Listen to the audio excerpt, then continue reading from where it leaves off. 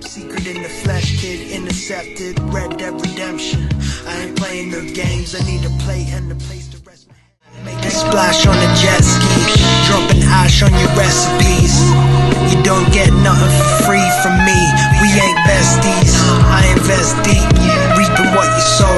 Your rap style is so-so, me I'm on the boat, bumping cold flow. No sun, just a lot of snow. You walk dumb like you stub your toe. Or the dough, call me Domino's. Before and after my show, need to cut the mold off the cheese roll. Sipping almost, talk slick, I'm recording out of orbit. Photograph your aura, we on a good morning show doing out. Hands up on the angle of the catwalk, landing troubleshooters, spots 3, 4, and 5. Stand clear. Hey guys, this is Chauncey from Session Stories, and today I'm joined with Nelson Dialect, an artist making waves in hip-hop with his smooth flows, intricate lyricism, and undeniable respect for the craft. With a deep catalog of projects and collaborations under his belt, we're diving into his latest album, Snoopy Cap 2, a continuation of his work with Alnatech Kid that brings together raw lyricism, soulful production, and a true appreciation for hip-hop's roots. Thanks for having me. It's a pleasure. Yeah, of course. So yeah, let's just dive into it. Your latest album, the Snoopy Cap 2.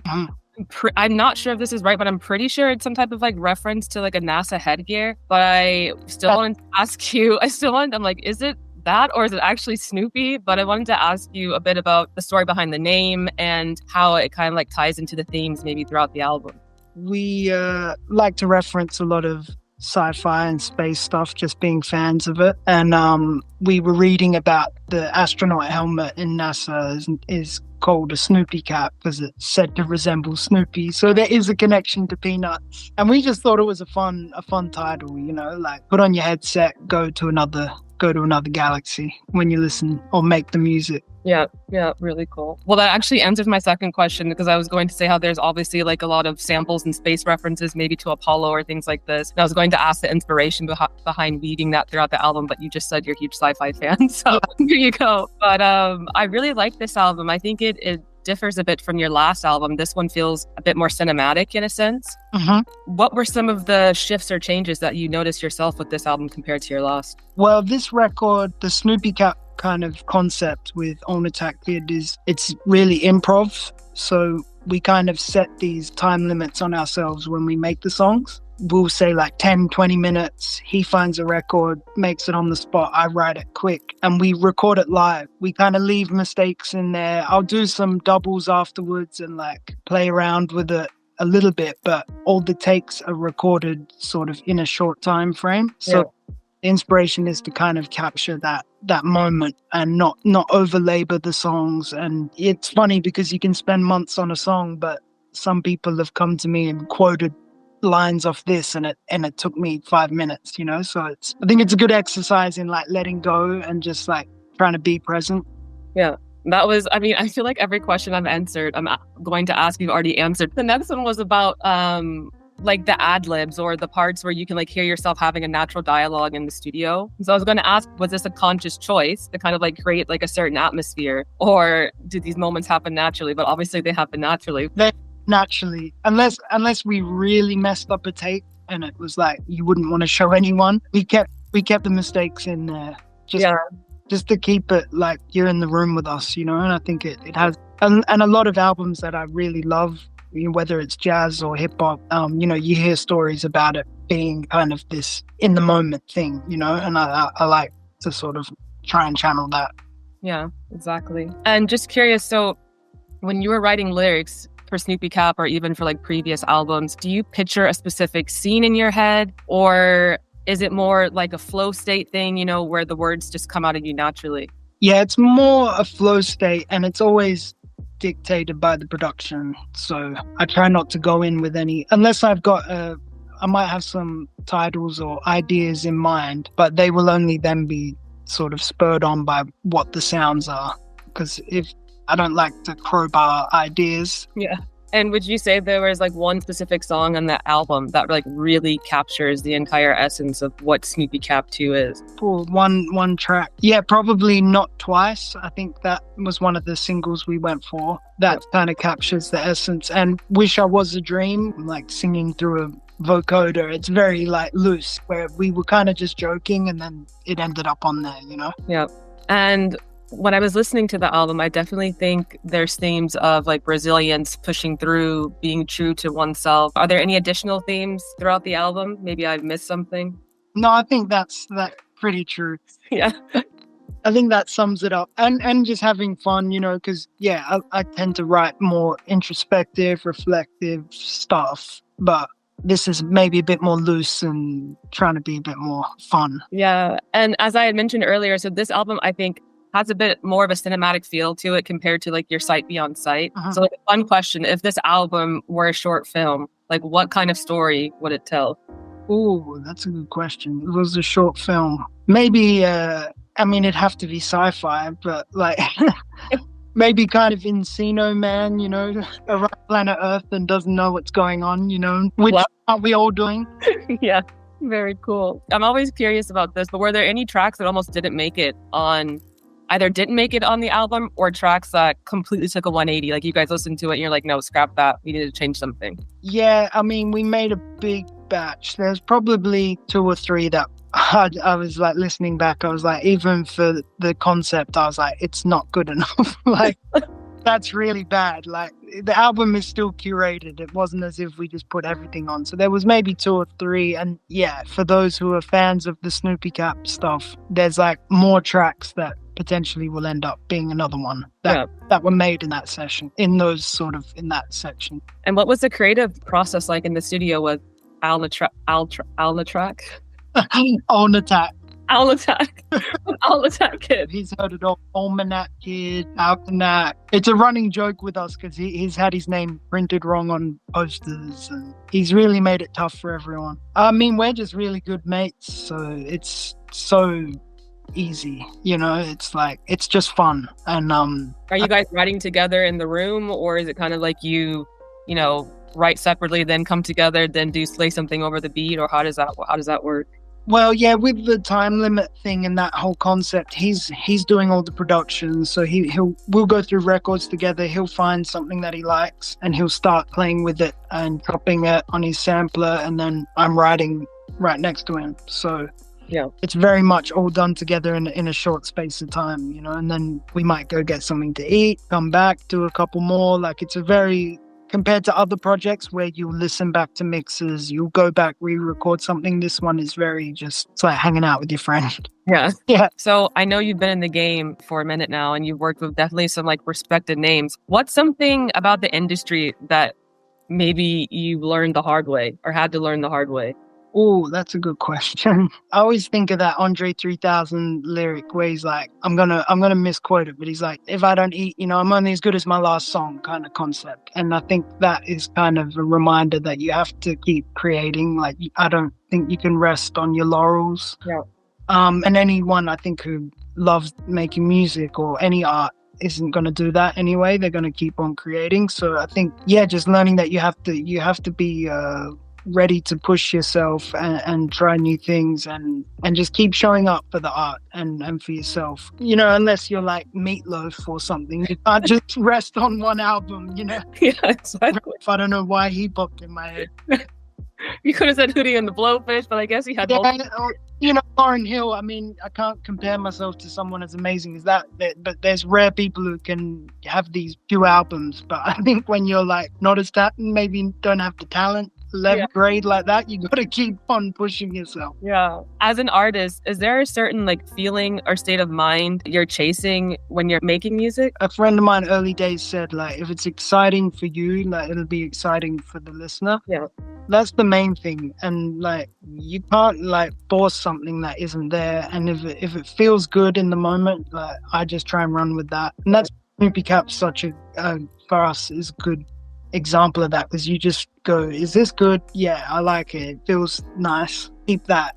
So that's always what I'm going for, and just trusting that first instinct. It's usually right, I think. And you can edit later and you can refine songs, but in half an hour, if it's not feeling like good, then That reminds me of what's on Charles Bukowski's epitaph, which says, don't try. Basically the same thing, like, if it doesn't feel good, it doesn't feel right, like, don't try. But yeah. Madlib did a tweet once, he's like, if you have to think of if it's good, like, the shit is probably whack.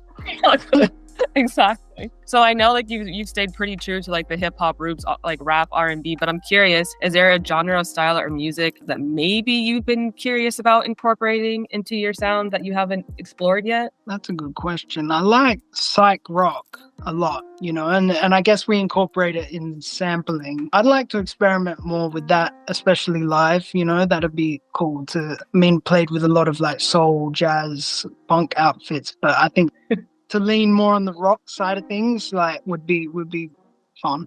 Yeah. Are there any artists from the past or from the present that changed the way you looked at making music? Definitely, for me, Shabazz Palaces is number one. Yeah, without a doubt. I mean, Ish Butler. There's like a few, like including On Attack, and then another guy I work with, Ray West. We're just like he's the one, Yeah. But to do something like Diggable Planets, which was already so iconic, win a Grammy, and then come back in your later part of your career with totally new. I mean, he's like the North Star for me, because when I heard those records, it just changed my thought process about making albums. Yeah. So he would be your main one, like the main guy. Anyone else? Yeah, for sure. I mean, Madlib, it's also, yes. I think especially because we were like, my brother, I've got older brother who had all the 80s, 90s albums, and that's like the golden era of hip hop. But as I was a teenager, those Madlib records were coming out, and Stone's Throw and The Doom, and that was a big influence. I have to say Madlib, RZA, like for sure. I think RZA and Madlib share like a similar, Madlib's like the continuation of that. Definitely changed how I look at things. Yeah, I think they're the first that spring to mind. And I know you're traveling all around quite a bit with collabs, making music videos. So just curious, if you could travel anywhere in the world, right, and record an album, where would you go and why? Wow, that's a good question. I'm trying to go with the Snoopy Cap thing and just what popped in my head. I mean, it doesn't just have to be Snoopy Cap. Like, it could be a future album. It could be for Snoopy Cap, or just, Yeah.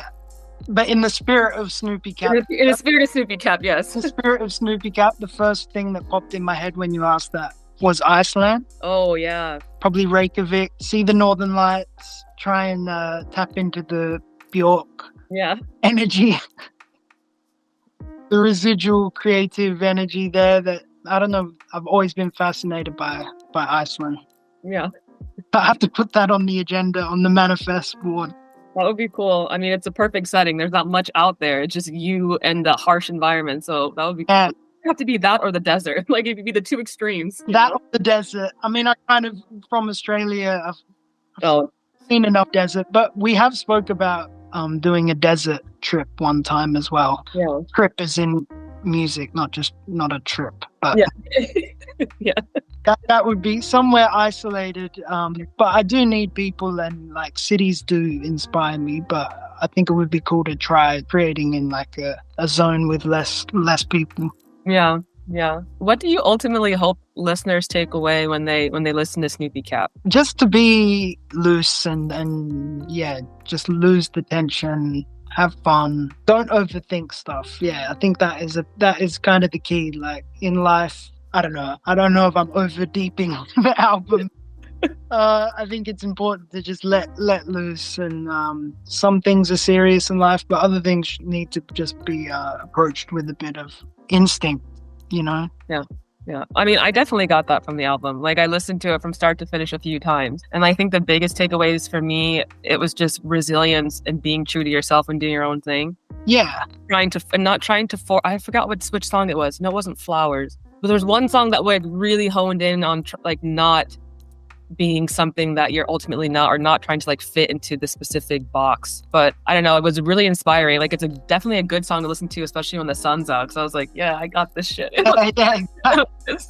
Yeah, I definitely think that meaning of being loose and just trusting your instincts definitely shines throughout the whole album. So I think that's got to be the key takeaway. And yeah, it's a good reminder to myself, even like with making other stuff. I do like hold those projects close, because I try and approach that even when I'm writing like a song that's going to take more time. I think you still have to keep that process. Yeah. And then so like, what's next on the docket for you? Like, what do we have? Any singles coming out this year? Any albums, collabs? working on an album project with a producer in Paris, New Tone. We did an album together a few years back called Open Mind, and we're finishing some new songs I'm excited about with that.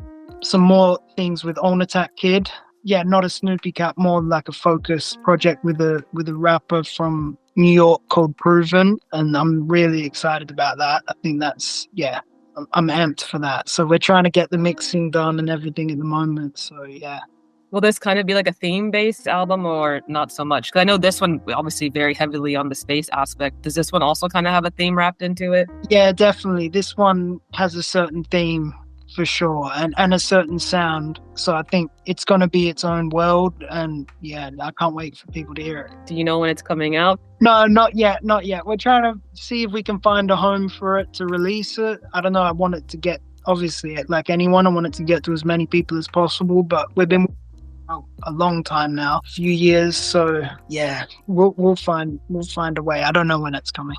I know you've been traveling back and forth to Paris for a minute now, so I'm assuming it was been to work on this album, right? Yeah. The one with New Tone, yeah, I'm in Paris, moved to Paris now. Oh, okay. Yeah. So you're in it. Okay. In it now. So yeah, like the mood here, it's quite fun. So yeah, very nice. Yeah, I always just like to ask this, but are there any final words that you want to leave with your, with the fans or the listeners? I don't know, just keep listening to good music, and like you're promoting, I think this pod and the whole movement you're doing is awesome. And yeah, just everyone keep supporting the artist you like and let them know. I don't know, sometimes you don't do it for that, but sometimes you will get a message that just does keep you fired up when you don't expect it, so that always helps. But just enjoy your life, look after each other.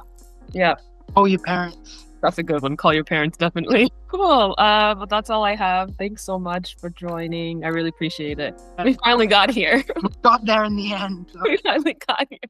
Are you alright?